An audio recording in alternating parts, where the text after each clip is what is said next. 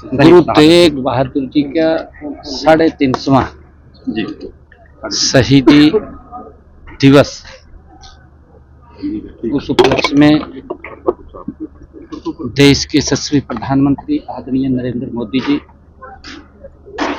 गुरु तेग बहादुर जी ने जो समाज धर्म की रक्षा के लिए महाकुर्बानी दी है,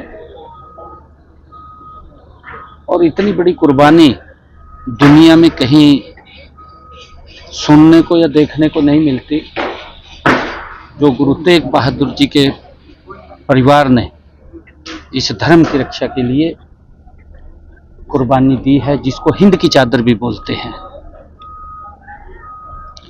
ऐसे महान गुरु 350 उनके शहीदी के हुए हैं। 1 नवंबर से हरियाणा प्रदेश के गुरु तेग बहादुर जी को समर्पित उस इतिहास को जन जन तक पहुंचाने के लिए लगातार अलग अलग स्थानों पे कार्यक्रम चल रहे हैं। गुरु तेग बहादुर जी के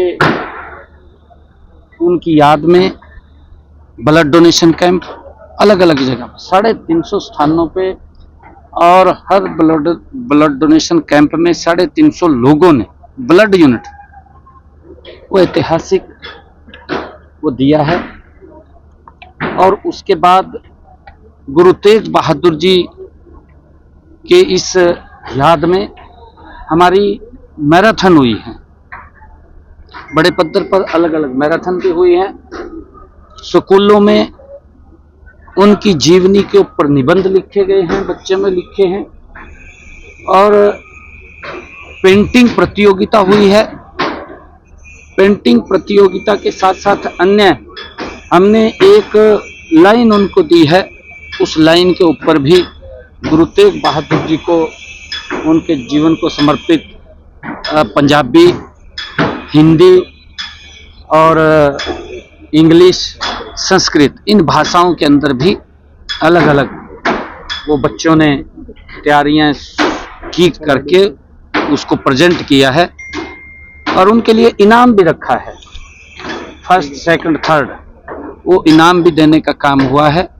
और हमारी 4 यात्राएं भी हरियाणा प्रदेश के अलग अलग स्थानों से चली हैं। 8 तारीख को पहली यात्रा सिरसा रोडी से चली है।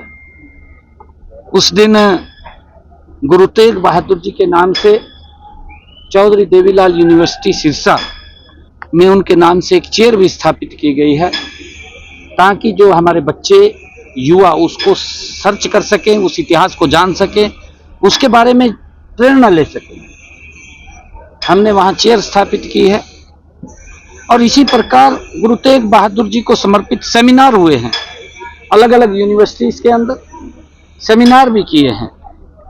और फिर फरीदाबाद से वो यात्रा पंचकुला पिंजौर से यात्रा शुरू हुई 14 तारीख, वहां से शुरू हुई है। और वहां पर गुरु तेग बहादुर जी के नाम से जो अंबाला गवर्नमेंट पॉलिटेक्निकल है, उसका नाम गुरु तेग बहादुर जी के नाम से करने का निर्णय किया गया। और फिर फरीदाबाद से यात्रा शुरू हुई, और 18 तारीख को यमुनानगर सढौरा से बाबा बंदा सिंह बहादुर जिस पवित्र गुरुद्वारे के अंदर उन्होंने जिसका निर्माण किया, और वहां पर रह करके जो शिक्षाएं, जो समाज धर्म के लिए उन्होंने कार्य किया है, उस पवित्र गुरुद्वारा से वो यात्रा प्रारंभ हुई। और उस दिन गुरु तेग बहादुर जी के नाम से एक वन वहां पर लगाया गया, और उस दिन 350 बच्चों ने एक समय में उसमें पौधारोपण भी किया। और लगभग 35 एकड़ के अंदर वो वन गुरु तेग बहादुर जी के नाम से लगा है। और उसी दिन वहीं पर एक एग्रीकल्चर महाविद्यालय गुरु तेग बहादुर जी के नाम से, उसकी भी अनाउंसमेंट हमने की है। गुरु तेग बहादुर जी एक ऐसा महान व्यक्तित्व, और इसके साथ साथ हमने इसी कड़ी के अंदर एक बड़ा कार्यक्रम बड़ खालसा, जहां पर दादा खुशहाल सिंह दैया, जिन्होंने एक बड़ी कुर्बानी दी।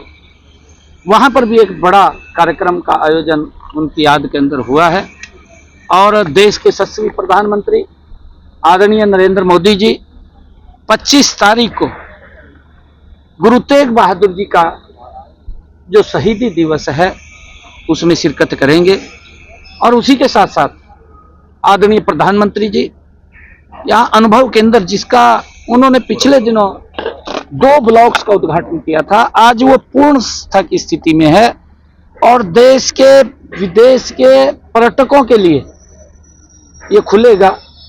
आदरणीय प्रधानमंत्री जी इसका विजिट करेंगे और वहां पर एक पांचजन्य उसका उद्घाटन करेंगे। और उसके बाद अंतर्राष्ट्रीय गीता जयंती महोत्सव ब्रह्म सरोवर पर वो विजिट करेंगे और वहां पर ब्रह्म सरोवर पर पवित्र आरती में देश के यशस्वी प्रधानमंत्री आदरणीय मोदी जी उसमें शिरकत करेंगे और उसके बाद प्रस्थान होगा। करोड़ों रुपए की सौगात भी इस दौरान हरियाणा वासी मिला, थर्मल प्लांट मिला, तो अब फिर करोड़ों रुपए की सौगात उस दिन मिलेगी 25 तारीख को हरियाणा वासी को। देखिए, अभी क्योंकि कार्यक्रम कुछ ऐसे हैं, उसके अंदर हम तैयारी कर रहे हैं पूरी की पूरी, जैसा भी आपके सामने। सीएम साहब, आपने कहा था कि जो गैंगस्टर होंगे विदेशों से लाए जाएंगे, उनको लाया जा रहा है, चाहे नौनी राणा को वहां पकड़ लिया गया, अनमोल बिश्नोई को भी वहां से ले आया गया, क्या कहेंगे? क्योंकि आपकी सरकार ने कहा था चाहे अपराधी कितना बड़ा हो हमारी सरकार छोड़ेगी नहीं, उनको लेके आएंगे चाहे कैसे। नहीं, देखिए, हमारी पुलिस मुस्तैदी से काम कर रही है और सरकार का ये पूरा एजेंडा क्लियर है कि हर व्यक्ति ठीक शांति से रहे और अपना काम करे, मेहनत करे। मैं उस पवित्र भूमि के ऊपर खड़ा हूं जिस पवित्र भूमि से भगवान श्री कृष्ण ने कर्म का संदेश दिया, जिस पवित्र भूमि से भगवान श्री कृष्ण ने ज्ञान का संदेश दिया। और हमें अपना काम करना चाहिए। काम करके व्यक्ति कितना आगे बढ़ना चाहिए। हमें खुशी होती है कि व्यक्ति की मेहनत है, मेहनत से आगे बढ़ रहा है, गलत रास्ते से आगे मत बढ़िए।